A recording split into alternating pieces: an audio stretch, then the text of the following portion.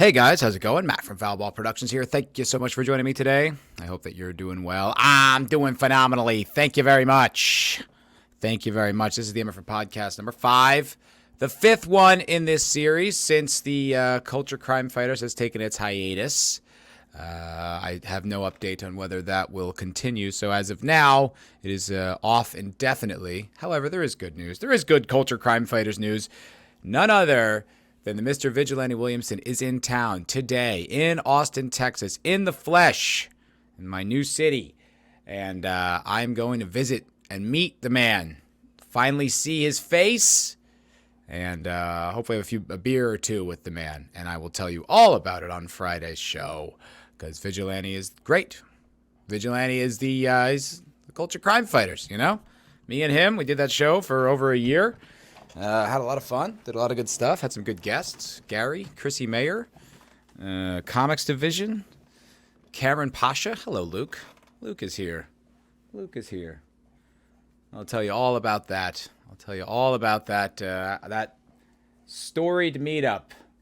And Luke is here. Now, me and Luke have been going through it recently. Not there's anything between me and him. We're on great terms. But Homeboy has had fleas. And you know this if you watch this show. If you listen to any episode to this show, you've heard all about it. Well, God damn it. If it won't stop. I can't get Luke with the fleas to stop. It's crazy. It's absolutely crazy. I've tried, look at all his hair. Oh my God. I've tried oral medication. I tried topical medication. I tried 2 different flea collars. And this morning when I wake up and he's all cuddly next to me, little flea crawling on his head. And I was like, all right, time for the big guns. Time for the big guns. It's time for a flea bath. Oh, and there's a flea right now. Right on cue. Right on cue. Unbelievable. These fucking bugs, man. I swear to God, they are so difficult to get rid of. But I did give him a flea bath today. I did. He wasn't thrilled about it. Not at all. But he was very brave. He was very brave, and I was very proud of him. He didn't yowl much, a little bit towards the end. But for the most part, he just kind of stayed there and took it. And the toughest thing about the flea bath is that it has to stay on contact with him for like 5 minutes straight. So you have to get a cat who doesn't want to be in the tub, who's a big boy. I weighed him today. He's 16 pounds. He's a big fella. And I had to hold him there in the tub, get him wet, which he didn't want to do. Panicked, freaked out. Then had to like lather him with the soap and then like massage him while this soap is, you know, doing its thing. And it still hasn't even solved the problem. I hope that the whatever's on his skin now from the shampoo there will take care of any of the adult fleas left and hopefully stop the next round. But yeah, it's crazy, man. I'm sure anyone who's had fleas knows. Anyone who's had a pet with fleas knows it's really brutal. It's brutal. I cannot believe how difficult it is. Ow, Lukey, you're biting me. You're biting me. Yeah, so, God, man, I just keep trying. Talking to my friend, she's like, yeah, it's a constant battle. You just have to, yeah, there they are, fucker. Got all over him. Get off my cat, you parasitic vampire fucks. God damn, I hate them. I hate them. So many of them. They're everywhere. Gross. Gross. I'm trying so hard to kill these fucking things, but they are relentless. Utterly relentless. Ugh, God, they're so gross. But yeah, she says it's a battle. You just have to keep fighting all the time. You have to vacuum constantly, which I'm pretty good at vacuuming, but you vacuum up the eggs. You got to like spray stuff around to fight the fleas, wash the bedding once a week. It's crazy. I never had this problem. I think it's because he's a long hair. Because I had a cat with fleas, and I got her a flea collar, and it was taken care of like same day. Not this guy. Not this poor fella. He's just been scratching. And he's stressed. You can feel it. He's stressed out, you know? He's not happy. He feels off. He's not his beautiful self, his beautiful, happy self. No, he's got fucking parasites all over him. Gross. And then, therefore, so do I. I have to sleep and feel itchy. Ugh. God, it's awful. It's awful. So that's the update. That's the flea update. It's still going on, man. I can't believe I've opened every podcast for this for 5 weeks, still talking about Luke having fleas. I thought I fixed it. I really thought I did. I was like, oh, I got a collar. It'll be fine. No, not even close. Got so much worse. And then the oral medication and so on and so forth. It's just been a nightmare. It's been a nightmare. Poor Luke. Well, prayers for Luke. Hashtag pray for Luke. And hope that he gets better. Because it sucks, man. It really does suck. And it sucks for me, too. I don't have to keep worrying about this shit. I don't want to sleep with fleas. Ew. I want to sleep without feeling itchy. It's gross. It's gross. Well, welcome, everybody. Welcome. That's the flea update. I went to the Dallas Meetup this past week. The Friday Night Tights Dallas Meetup. I gotta tell you, that shit was amazing. That was amazing. I was so happy that I went. I was initially, my mom was supposed to come visit Austin this week. She was supposed to come up here and visit, and that just didn't materialize because she waited too long, and the flight from New York was something like $750 or something crazy. So that wasn't a realistic option, and we had to kind of reschedule that. And so then I'm like, yeah, I just went away last month. I can't really afford to go to Dallas and spend all this coin, you know? But I don't know, last minute I was just like, Jake, what's the deal? You going up? He's like, yeah, I'm driving up, coming back same day if you want to tag along. And I was like, you know what? Yes, I do. It was a day I had scheduled off anyway. I might as well take advantage of it. And so, boom, hopped in Jake D's car. He lives in the Austin area. And up we went. I know his lovely partner. And I met his daughter, one of them. Terrific kid. Seemed like it anyway. Didn't talk for long, but she seemed like a nice kid. And then we headed up to Dallas and showed up really early. I mean, we showed up like even before Gary or Jeremy or anyone arrived. And it was pretty cool. I think I talked about this on the cocktail lounge a little bit, though. I felt a little, different going in this time. Not that I didn't want to be there. I did want to be there. But I felt a little tonally different, Last time when I went to Vegas, I was hyped. Couldn't wait. You know what I mean? Just go to see all the boys, see everybody, hang out with Gary, and it was amazing. It was everything I wanted and more. And then this time around, I guess I just haven't really been watching as much. I haven't been following like FNT as much. I still, check in. But I just haven't been as in the fellowship as I was when I went to Vegas. So I felt a little... And Wakedown said this backstage. He nailed it. It was a little disingenuous. It's not that I don't believe in it. It's not like I'm suddenly like, hey, you know what? You guys should lay off Disney. They're actually pretty great. That's not at all how I feel. But I did kind of feel like I was faking the funk a little. And that didn't make me feel all that great. But then, like, that all washed away after like an hour or so. After seeing everyone there. After seeing that great community that Gary has, all of you guys, a lot of you guys are in his community too.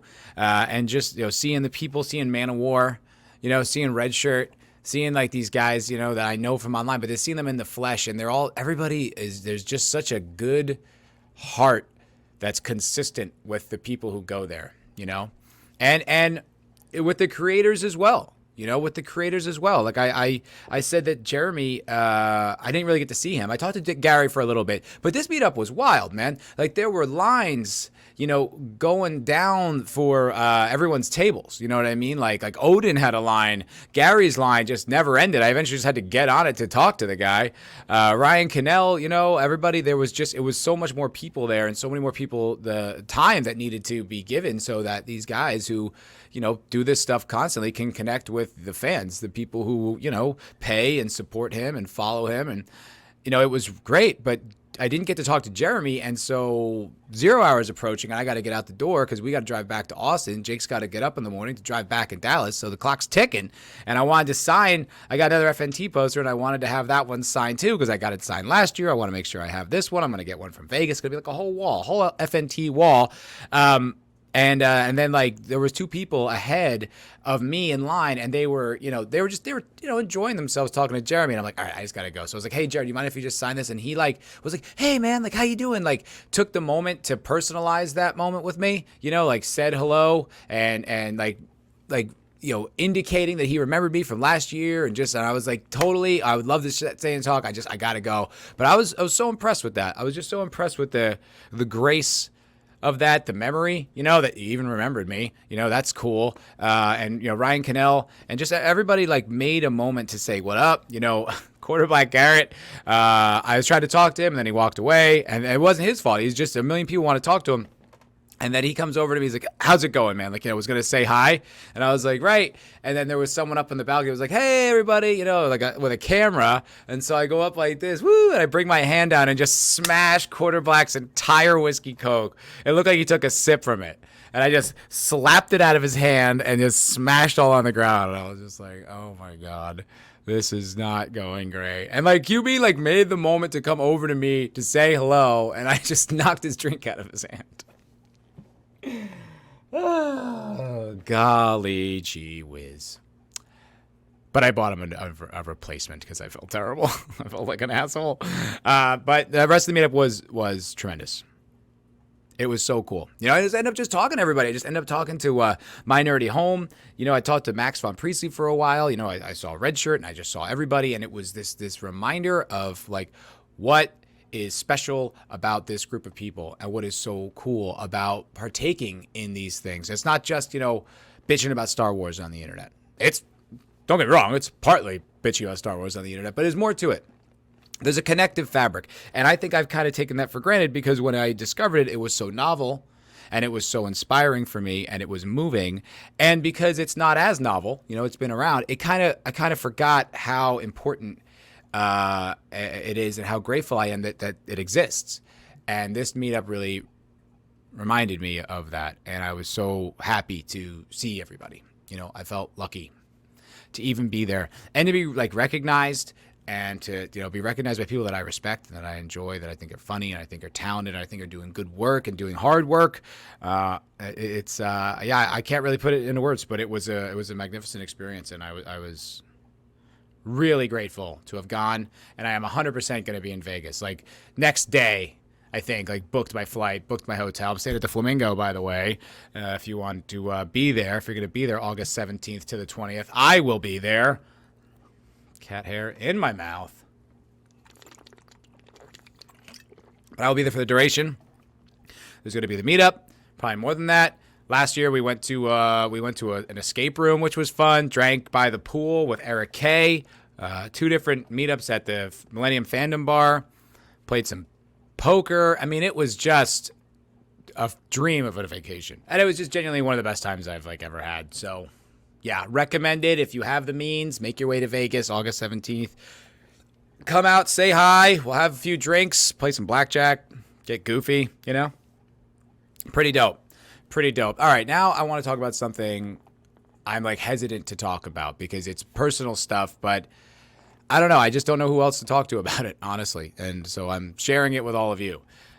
So there's this girl that I work with who I talked about this a little bit with me and Vidge, that I took an L arguing with SJW types or girls with their girl opinions about bullshit, And I took an L because she was this absolutely gorgeous chick that I work with, and it's really difficult.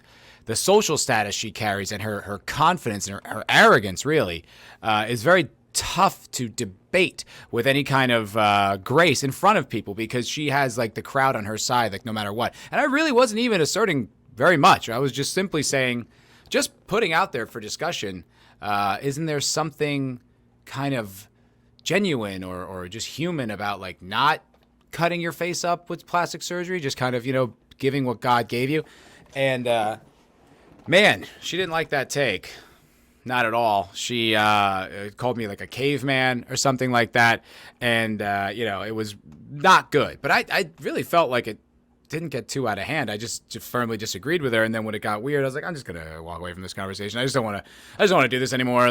Very peaceful. I just don't want, this doesn't feel like it's going anywhere productive. Well, the next day at work, her boyfriend, who also works with us, was not, he's a pretty cool guy, but he was definitely listen, man, you can't tell a woman stuff like that. And I was like, what are you talking? I wasn't telling her anything. I was just having a conversation. She's like, well, that's not how she heard it. I'm like, I can't change how or what she heard. I was simply just having a conversation. Well, that was kind of the end. The beginning, actually, not the end of anything. It was the beginning of this like silent feud between me and this girl at work, right? Like forever. Like now she hates me. And I actually went out of my way to apologize to this girl. I wrote a message to her with the app that we work with to communicate, and I went out of my way and apologized. And I was just like, hey, listen, I didn't mean for that to come off any kind of way. I was just having a conversation. I don't, I'm not interested in having like any kind of strife with you, if that was, or whatever I fucking said. Something along those lines. It was just like, more important to have a good relationship at work, and I don't want to have any problems moving forward. And it was blah, blah, blah, blah. Very gracious on my part, I felt. Well, not to her. She hated me from that on out. Like, just straight up. I would tell everyone as much, was cold to me. Not mean, but cold, but she's kind of a cold human. And would just there was this growing rift of people that were kind of like on her little orbit and me. And I didn't really care, like I didn't like it. No, I don't like to have anyone talking shit about me, and like kind of creating like a little coven against me. But whatever, it's beneath me. I don't need to care about it. Well, when I started to care about it was there was a girl at work that I was seeing. And this girl that I was seeing, great girl, really liked her a lot. She's very cool. These other girls, other people kind of got in her ear and started telling her things I said, obviously exaggerated and out of context and making me seem like a monster. And, this girl in question, like I was, and it just kind of felt like there's more and more distance between me and this girl. And I'm like, where is this coming from? Like, why is she being like uncool? Like, I've been very cool to her, like I've taken her over to the house. I made her dinner. I've taken her out, we gone to like this great cheese shop, had like this cute, adorable date, like I've been nothing but like chill as fuck to her. And she's just been growing more and more distant. And I'm like, what's going on? And it all came to a head the other night. So this girl, the hot girl, who's the little queen bee chick, she was leaving. It was her last day and everyone was going out for drinks. And I knew I shouldn't have gone out. So I am taking that's my responsibility. I should not have gone out at all. I should have just gone home. And I knew I shouldn't have. I've been trying not to go out after work because I'm spending too much money wasting my time and money. And I didn't. I didn't listen to myself and I went out. And it was whatever. I didn't care. I'll talk with the boys. Like I'm friends with a bunch of people like there. It's kind of my friend group at work. It's not a big deal. And this girl's there, and I'm completely ignoring her, trying not to, talk to her. But I'm talking to the other girl who I'm talking with, but she's all involved with this clique. And I'm like, this is bad. This doesn't feel good. Who cares? This doesn't feel good at all. Like, they're talking way too much. This feels like there's some kind of, little stripping her away from me kind of thing, right? And so we're sitting there, and then the girl in question, the bad girl, says something to me about, she goes, what'd you say, Matt? Like really aggressive and cunty. And I was just like, what? And she goes, what'd you say? I was like, oh, no, nothing. Fuck, have to bleep that out. We know how you feel about that, just alluding to the fact that anyone speaking their mind can't do that unless she agrees, But that's it. I didn't want to get into a fight. I didn't want to get into a conflict with her. And then the girl that I'm seeing goes to leave and just gives like a group goodbye. Just completely no personal, nothing, not say hi to me, nothing. Just a group goodbye. Bye, everybody. And I was like, what's that? And I was like, all right, let me go check this out. So I go and she's talking to one of the other girls out front. And the one girl's got this like mischievous little smile on her face. I'm like, what the fuck is that about? And then I go and just nothing. Like I go to say goodbye. Just like, okay, see you later. Like nice, it's nice working with you. You're a nice person. No, but like just all that was severed. I was so upset. Like I was just like, wow, like that's fucked up. That's fucked up because what is that? Like this group of girls got inside your head and now we're not cool because of the shit they said about me. Does that sound like the things that I've said to you? Does their characterization match your observations? And I was not very happy about that. And I pretty much just left after that because I was like, I can't. I'm just too upset. I'm too mad. I just was not in a fucking good mood about that whole thing. and just left and went home, and it's been pretty shitty since. I just feel kind of ostracized, from my job, and I don't know what the hell I did except have the wrong opinions in front of other people. I mean, I'm not mean to anyone. I'm very encouraging. I'm hardworking. I'm consistent with my application of things, but I'm always nice, pleasant. I just can't see this, and it just feels so unfucking fair to have to go through this, to have to be put through this as if I am some kind of bad guy when I didn't do anything. Like, as least of all to the girl I'm dating. Like, yeah, I had the audacity to disagree with this person, but so what? Get over yourself. Who cares that I disagreed with you? Who do you think you are? But it doesn't matter because of these dynamics. First of all, this newer generation of kids is just, they're fucking, bro, the girls of this generation are on one, dude. Not universally, but a lot of these young girls, especially if they're hot, bro, it's like hot girls on steroids. It's not just hot girls like normally, like also combine like feminism stuff with that and add this kind of entitlement and this indignity that the world's done them wrong and anyone disagreeing with them is so now they have like this dual hydra of like feminist, arrogance and also hot girl social status. Bro, it's a scary one. It's a scary one because it's like, what do you do? What do you do? You just, you can't disagree with them. You can't agree with them. I mean, if you have any integrity, you can't agree with them. I have integrity. And you can't, what, you can't fight them. Like, they're chicks, you can't assert your dominance. You just have to you just have to avoid them. Like, that's all after that, I'm just avoiding this chick. Like, I don't need this. I don't need this smoke. I don't care about you. I don't care about what you think or your opinions. I just don't want it to affect my life. And up until this point, it hadn't. And then it did. And that was the line. And that was just something very un-goddamn cool I had to get off my chest.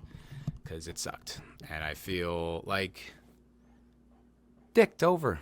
You know what I mean? Because this chick, didn't like that I wouldn't bend to her will. Well, sorry, but I'm not gonna change how I feel about things or lie about them or whatever. Like, and even so, it wasn't like I kept bringing it up. It wasn't like afterwards, it was like, oh, it's a sensitive subject. Okay, fine. Like, I won't ever talk. I never talked to her about anything ever again.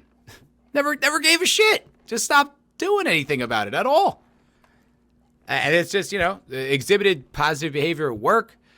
All these, it doesn't matter though. It's like once with these certain people, especially the hive mind types, SJW types, is sort of like aggressive girl types. Once you wrong them once you've had the wrong opinion one time, you've been caught having the wrong opinion, or you wrong them one time, that's it forever. It's over. It's crazy, man. It's genuine persecution. Like, it's nuts. Use social power. Use like the hierarchies at work to like squeeze you. It's wild, man. It's scary out there. Man. I don't know how to navigate it. Like, other than show up to work and don't say anything to anybody about anything other than work, which is like, how do you do that? How do you do that for 8 hours a day? That's crazy. How do you do that? Also, it's a social environment where we work at a restaurant. I don't know, but it's been weighing on me hard. And I'm like, man, I find myself in this situation that I don't want to be in. How did I get here? Part of it is me. Definitely part of it's me. Fraternizing at work. Not a great idea. Doesn't often work out, especially in the high emotional environment of a restaurant. It's not like a office where, you bump into each other a few times, then you see each other at work, whatever. Restaurants is like this, always like this energy around it, and people's emotions get high, and it's probably not it's not a smart thing that I did 100%. But the other thing is, the other side of this, I don't have much life outside of that job and YouTube. There's not a lot of free time for other things. The gym, YouTube, work, occasionally going out with a buddy. I mean, that's about as much time as I have. Where is all the time to fill in and find women and navigate and vet and date? If you meet someone that you like at work, it's kind of natural. Obviously, it kind of blew up in my face, but it's still like, man, It's fucking dangerous out there, boys. It is dangerous out there, man. Watch out for these girls. They're out for blood. Out for blood. You got the audacity to disagree. You got the audacity to say something they don't like against, your patriarchal white man, blah, blah, blah, blah, blah, whatever the fuck. Bro, prepare to reap the whirlwind, gentlemen. It's The Rock. Ed Harris from The Rock. Great movie. Great movie. So that. I just had to get that off my chest because I felt like if I didn't say it, I was lying to you. And I don't want to lie to you. I want to be honest. I want to be a straight shooter. Pew, pew, pew, pew, pew. Shooting straight right at you. So thank you for indulging me with that tale of woe and pussy. But yeah, it's just it's been some shit I've been going through, and I'm really not. It's like there's like a hangover on it. Like I feel negative. I feel bad. It's like I'm pushing it away, but it's still kind of hanging around. And I want to get rid of it. Want to move past it. But right now I'm just in it, and that's how it goes. So thank you for listening. All right, on to other topics. I finished watching Severance. I finished watching season 1 of Severance, and I got to tell you, I think I really, really liked it. It's a really clever show. It's weird. It's bizarre and very, very different. Like, unlike most shows I think I've ever seen. It reminds me a lot of that show that kind of came and went, but I thought was really good. It was with Jonah Hill and Emma Stone called Maniac. And it was essentially about, and it was like this another one that was just this bizarre, like tilted reality that resembled our world, but also was very different. And had like a similar motif of this sort of 80s tech, but in the modern era, this sort of cassette punk thing that exists, this sort of, like cyberpunk, but, cassettes. So it's got that kind of bulky computers and big phones and stuff. And it was, to me, it seemed almost directly inspired by that. Maniac is the show where they're basically trying to develop like a cure to psychotherapy. They're just trying to give you a pill that'll fix it, and you never have to go to therapy again, because the main character, or the main doctor behind the study, has like serious mommy issues with a woman who's a like pop psychologist and is just awful. I think Sally Field plays her. And so he's just trying to break away from that because he hates her so much. And in this show, the main character works for this tech company called Lumen, which is this really bizarre company that like, it's like kind of an Apple. You don't really know what they do. You have no idea. They're like a tech firm, and you get like a little bit of a history. Like they've been around since the 1800s or something. It's very strange. And they're also internally very like referential to the founders and the people who own the company, like Hale Keir or whatever, like the guy who runs it. And they have like these passages. And anyway, the people who work inside this office are severed. And you sever off part of your brain to go into this office. So basically, when you're in the office, you have no memories of the outside world, and when you're outside the office, you have no memories of what goes on inside of Lumen. But what ends up happening is these kind of alternate personas are created inside of Lumen, and they kind of live there forever. They're sort of trapped, and it's like this kind of hell.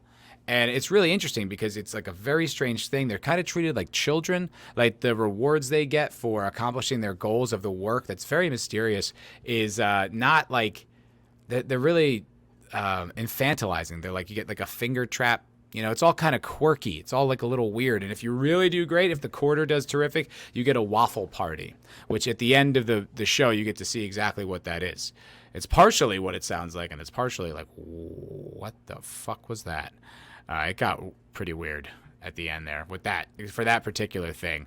And in the show, there's this girl who just kind of gets there, and she's probably the most rebellious of anyone in this office. There's people who kind of have like issues, and there's people who are just into it.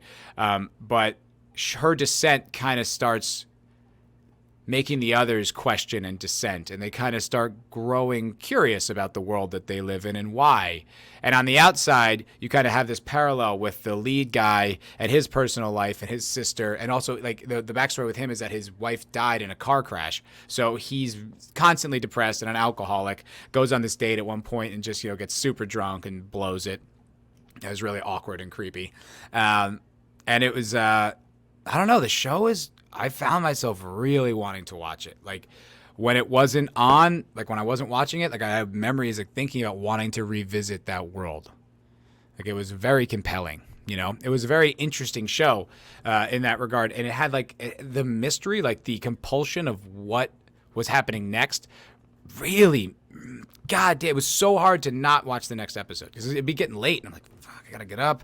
I just want to watch the next episode. Like, I need to know what's going on. And it oddly ends on episode 9, which I thought was bizarre. Not 8 or 10, but 9. And that frustrated me because the cliffhanger is huge that it ends on. Huge. Gigantic. Probably the biggest cliffhanger ending of a show like I can remember. Like in the sense that it just feels like, no, I need to know now. Like, you need to wrap this up. You know, it's not, I don't know if, like, what a parallel would be, but it was like literally like, it's almost like this is the beginning of like the second act or the third act. You know, it's like, whoa, we're not done. Like, you can't just end there. They did.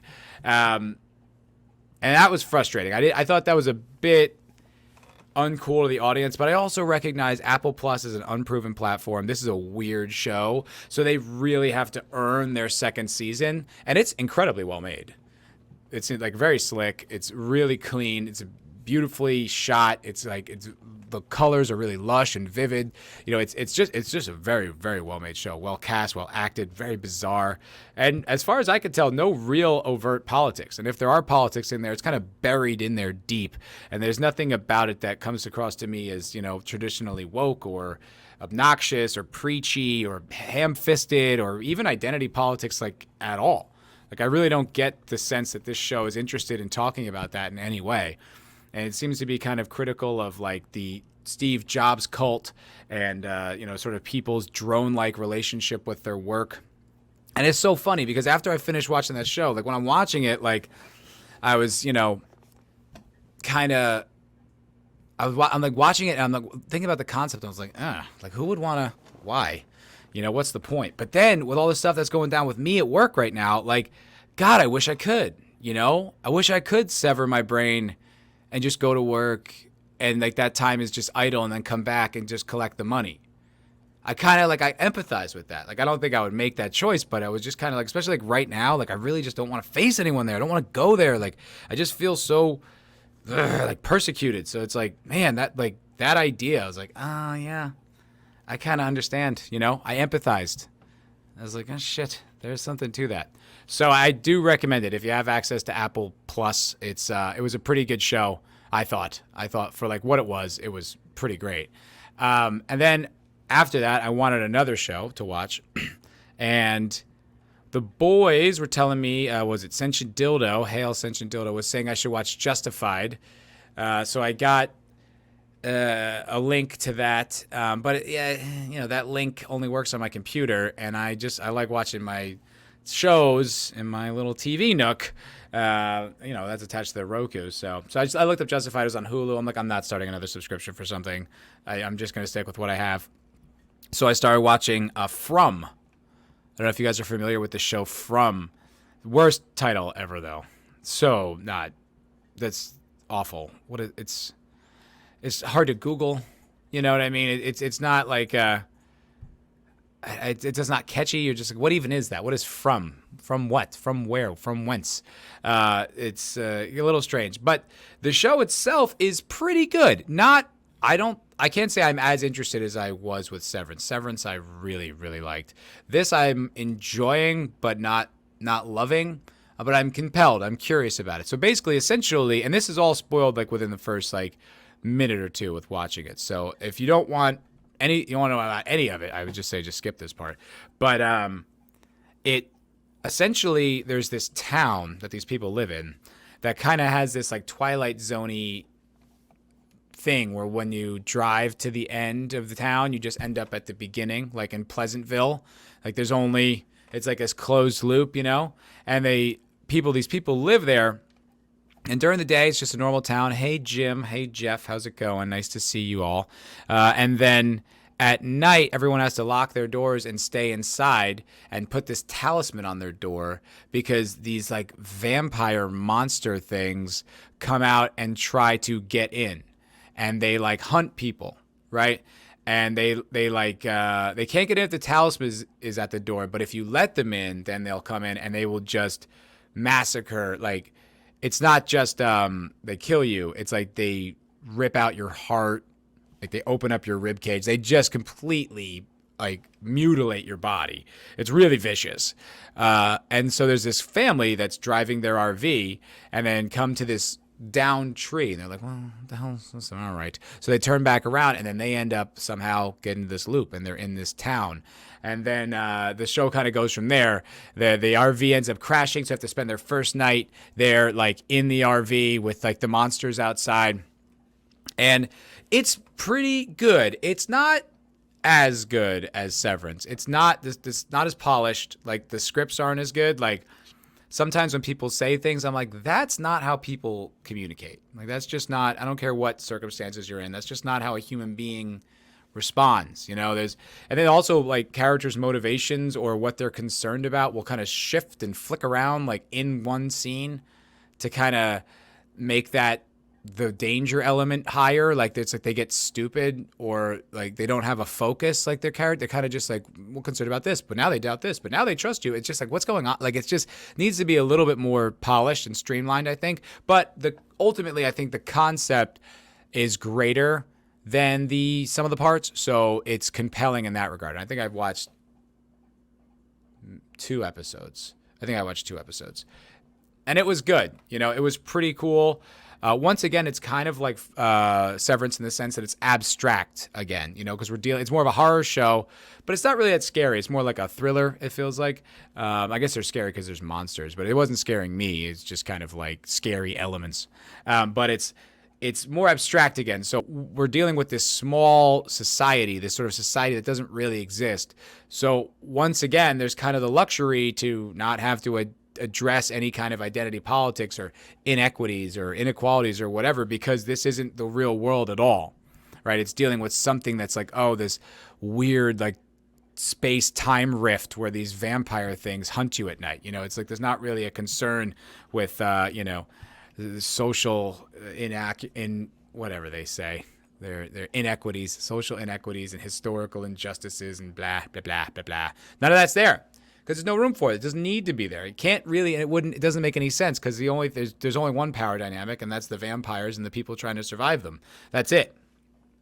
And the vampires are like really creepy. Like they'll say, like they'll get inside your head or they'll try to like convince you to let them in. It's really pretty bonkers.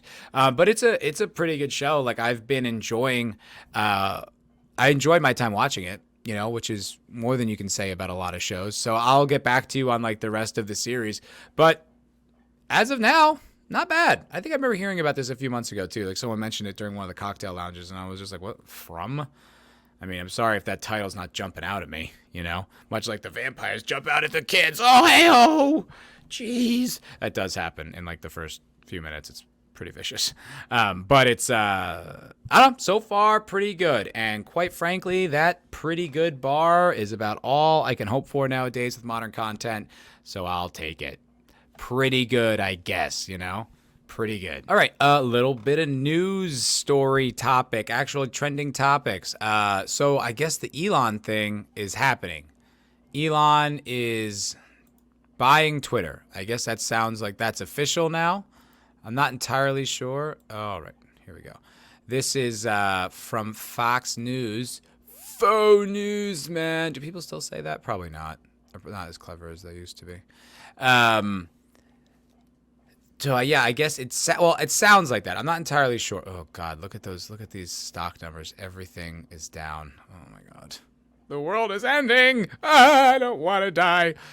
Twitter board unanimously recommends Musk's takeover bid. Now, to me, that doesn't necessarily sound like it's 100% going through. It just sounds like they recommend it, and they're probably like, yeah, we need you to do this because, we're getting a steal selling this. Like, as I understand it, and I don't understand it very well, Elon's overpaying by like a lot. And because everyone's losing money, like Elon Musk's value, his personal value, like his wealth is down like 30% or something. Like he's still over 100 some odd billion, but he's lost a lot of money. And, I think buying Twitter was fun when he had like the extra, 44 billion to just kick around. Now that he's like, relatively tightening up his purse strings, it probably doesn't seem quite as funny now. But they're like, yeah, you kind of made, oh, that's funny. Vidge just messaged me. I have to get back to him shortly. What was I saying? Where was I? Vigilante Williamson knocked me off course. He's still part of the show. Anyway, I don't know. Like, Elon just kind of wishes he could get out of this one, and it doesn't sound like he can.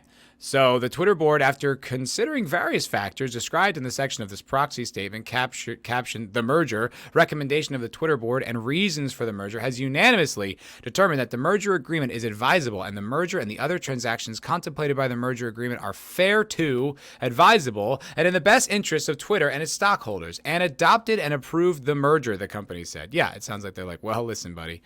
Yeah, I don't care that you're taking a hit. I don't care that the economy's down. You said you're going to give us $44 billion. We want our $44 billion. Doesn't sound like Elon's like, totally, it's happening. It sounds like, no, they're forcing his hand and he has to do it. The deal, which is currently expected to close in 2022, would take Twitter private at $54.20 per share. Okay, so this is really, they're not really giving us much new information other than the fact that, yeah, he's probably going to have to do it. Musk emphasized that he aspires to make Twitter an appealing system to use that is inclusive as possible.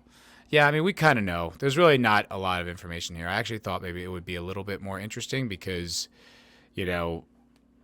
he's forced to, it sounds like. But I guess the whole thing with the bots is his big counter argument. He's saying, right, that the fake bots on Twitter is like, they overestimated how much user base they actually have, which does make sense, right? If you're going to buy a company and it has, X amount of users and you find out it's actually significantly less, well, that definitely affects the value of the company, right? Even though I'm pretty sure he's just using that as an excuse to get out of this deal because he doesn't actually want to buy Twitter. I think he just thought it was funny and then realized, oh, shit, now I own Twitter. I don't want to own Twitter. What a pain in the ass. But that bot thing is real. And I don't mean just like in the sense of like how we talk about bots, or anyone who's like pro-Ukraine and anyone who even questions it says you're a Russian bot. I've been noticing on my Instagram some kind of strange activity. So I have been putting up a lot more reels because the mighty Wake Down has been helping me with editing, and it's a lot easier when someone else is helping you do it to post. So I've been posting a lot more. And then I get all these likes from these accounts, right, that I've never heard of. But that's kind of the idea with reels, right? The idea with reels, it's like TikTok. It just gets the content in front of people. It's really fast. It's just kind of the algorithm is like this crazy wave, and your videos can go from absolutely nothing to, I have one up from the other day. It's 2,232 views. I mean, that's pretty good for a channel of my size, and like I don't think it's translating into more subscribers, but it's eyes on the content, which is all I really can ask for at this point. However, when I click on these people who liked it, I'm not kidding, like almost all of them are private accounts, which is weird. Why are all of these accounts that like me that I don't know, right? And there'll always be someone, they're almost all private. What's that about?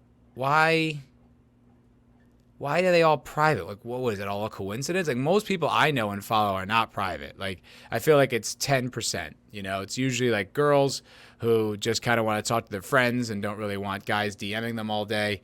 But like so many of these Instagram people that are liking my stuff are private accounts. And I'm like, that's weird. Like, why? Like, what motivation do you have to be private? And I'm wondering, like, how many of these likes are just Instagram kind of trying to get competitive with TikTok by, saying, hey, you get all this, you post here, you get just as much activity as TikTok. People will like it. People will click on it. It feels like bot farms to me. It doesn't feel like real engagement. I don't get a lot of comments. Or like any, and it's just a lot of likes from people that I don't know why they're all private accounts like that. That seems strange to me. That makes me question the legitimacy of who likes this and why and where is that coming from. And it's usually just like a picture and like some completely innocuous like profile thing. Like, let me see here. There's a user here, Brandon.Woe. He's got 591 posts, 1,000 followers, and he's following 915 people, and it just says bottom of the barrel. This account is private. Okay. TMMTZGR. Only a fool bothers himself with the whispers of those he considers to be nothing. Sounds like advice I could use.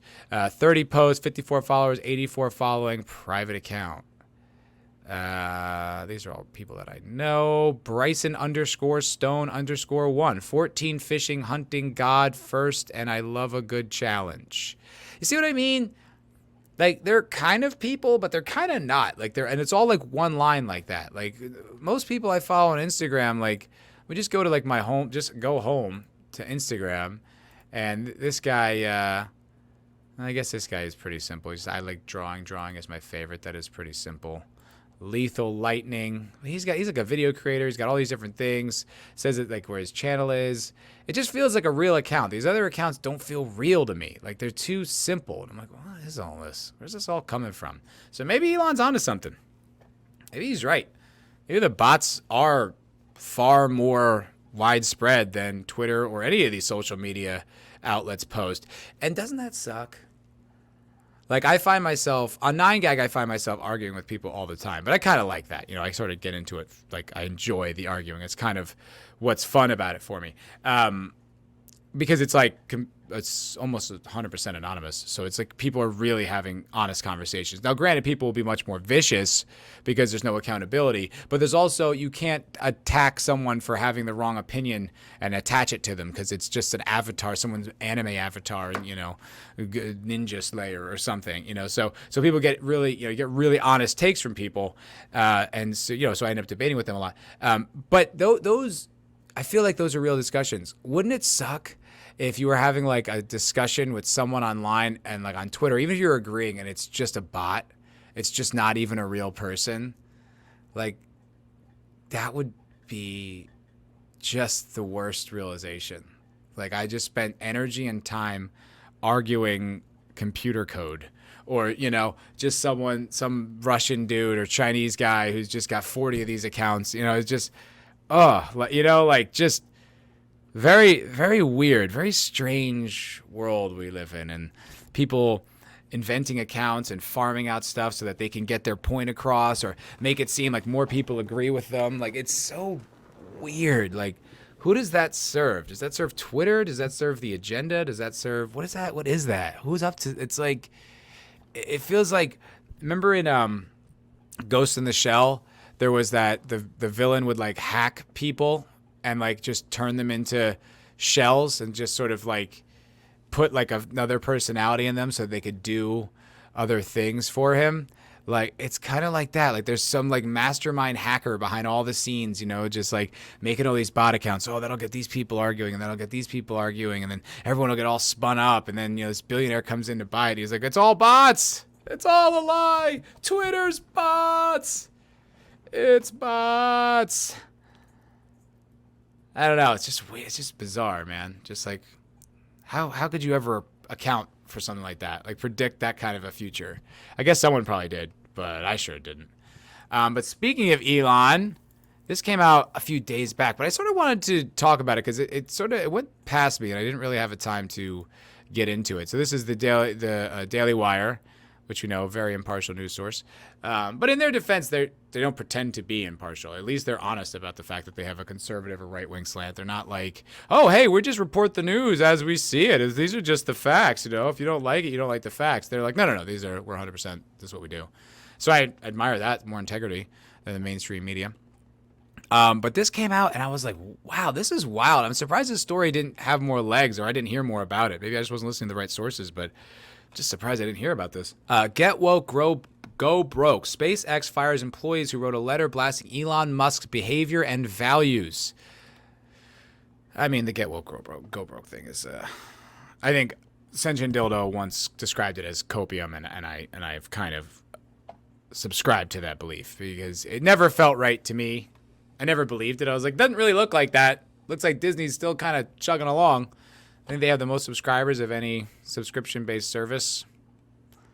I mean, I heard their stock's down, but everyone's stocks are down. So is that because people are sick of it, or is it because it's just kind of the timing? I don't know. I mean, I get it. I understand. You know, people kind of have to have like you got to encourage the troops, right? You know, like when I listen to FNT, I get encouraged. You know, I really genuinely do.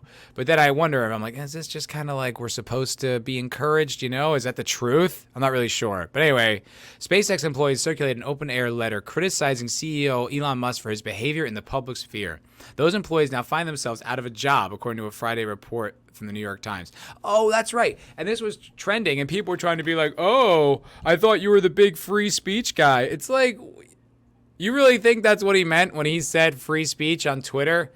I think he meant like people should have the ability to put out opinions that you don't necessarily like. I don't think he meant call your boss an asshole.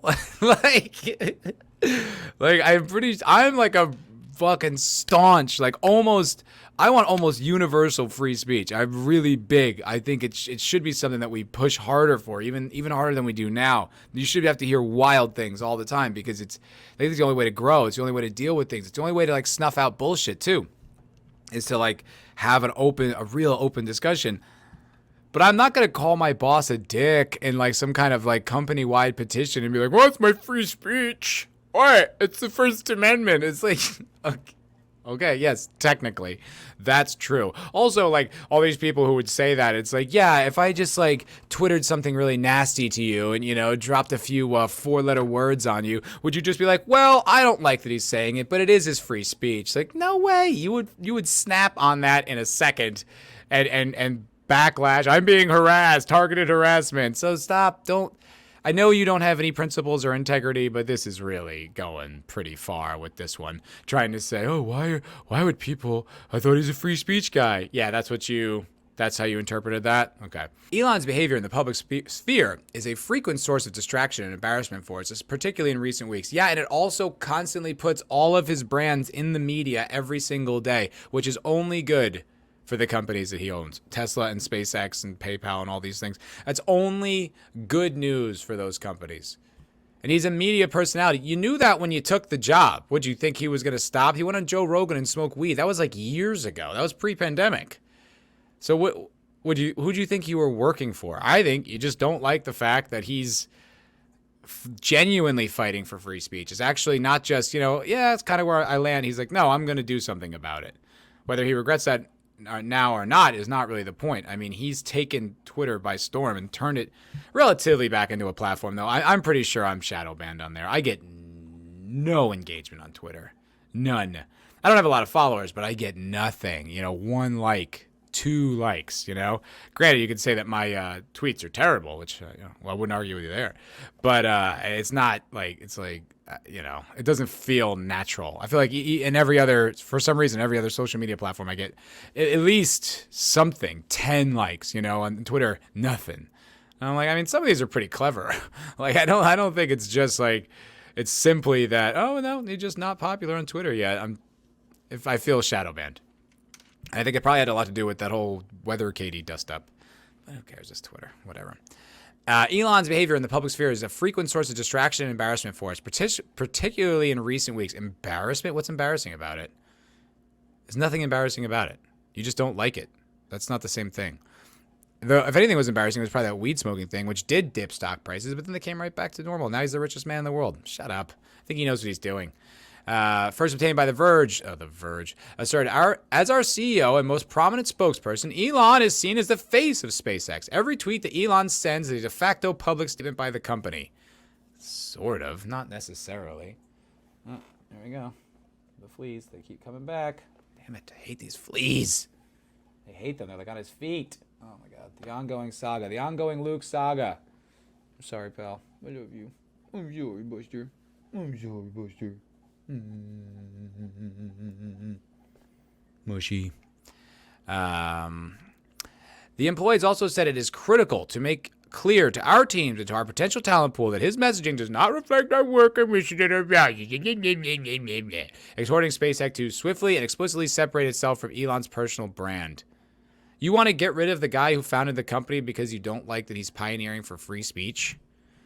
That just sounds to me like you have an agenda. I don't think he's saying he's kind of goofy. I would say if anything is embarrassing is like his jokes are kind of like dad jokes. Other than that, it's not like, so what? Like all he's doing is making you money. Like how could you be upset by that? And it's like, well, you probably just don't like what he's saying or why he's saying it. So then shut up. You have an agenda. Those responsible for the Wednesday letter were fired by Thursday afternoon. Boom. Turned around quick. Oops-a-daisy. And he's right. You called for the boss's head. If he still has the power to fire you, why wouldn't he? Why would he just be like, well, it's just their opinion? No, you're out of here. Beat it. You don't like working for SpaceX? Go work for Project Blue or whatever Amazon's goofy thing is. It's like light years behind what Elon's doing. The Times reported on the basis of 3 employees' confirmation and an email obtained from the SpaceX president and COO, Gwynne Shotwell.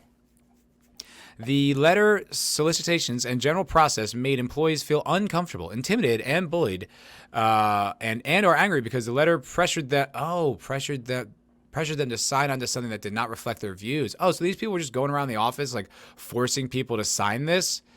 Oh, that sounds like activism at work. Hardcore.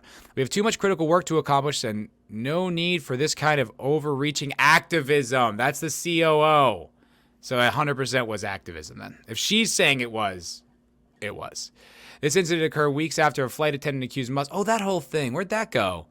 Right, accused Musk of exposing himself to her several years ago, touching her and offering to buy her a horse in exchange for erotic massage. Shotwell likewise dismissed the allegations to the company. Personally, I believe the allegations to be false, not because I work for Elon, but because I have worked closely with him for 20 years and never seen or heard anything resembling these allegations.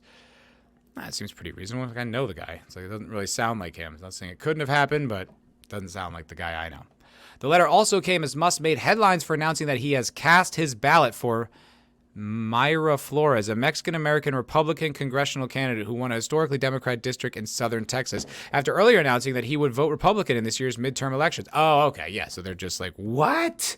Which is hilarious because it's a Mexican-American woman. If she was a Democrat, they would all be crazy about her. She's on the left. They'd be like, this is the best person who's ever lived. But they have different ideology, and that's all they really care about. Just remember that. Every time they point out any kind of ideological or identity politic thing, when they say, oh, this person is good or right because of X, Y, Z, what they really mean is this person has the right opinions and also fits X, Y, Z categories, so we're using them as a human shield to our Marxist bullshit.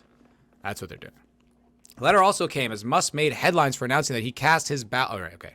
Musk has been critical of other technology firms for their tendency towards radical progressivism. Yeah, no kidding. When Netflix shares plummeted earlier this week, Musk pinned the blame on the woke mind virus. I mean, he's just speaking the truth. If you don't like hearing about it, that's kind of on you. But he's correct. And affirmed that it represents the biggest threat to civilization. Yeah, he's 100% right. He's 100% right. Okay, I'm nearing an hour here.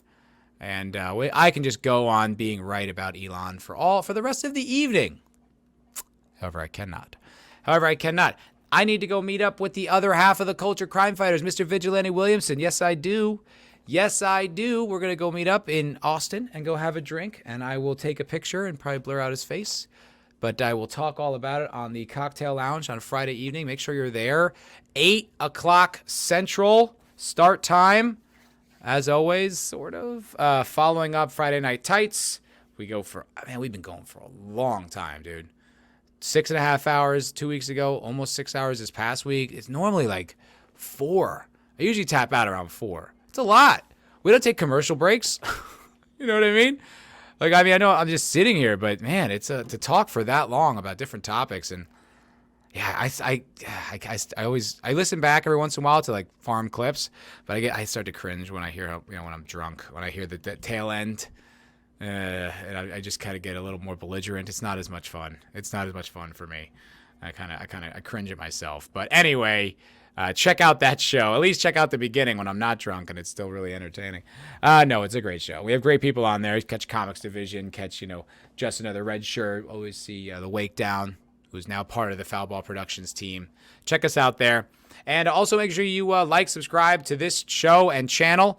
Check me out on Spotify, iTunes, anywhere you can get podcasts. I found I'm on Audible today. And in fact, my SEO is not bad because if you Google Foul Ball Productions podcast, this podcast comes up. So I'm doing something right, which is good. So downloads are up. Views on the channel are up overall. So this is a really good thing. I'm back, baby. I am back making content. Me and the Wake Down are killing the game. Really happy with him. He's awesome. Make sure you send him some love when you see him, and also send me some money so that I can pay my staff. Just kidding, but not kidding. Love you guys. Thank you guys so much for watching, and I'll see you on the next one. Have a wonderful day.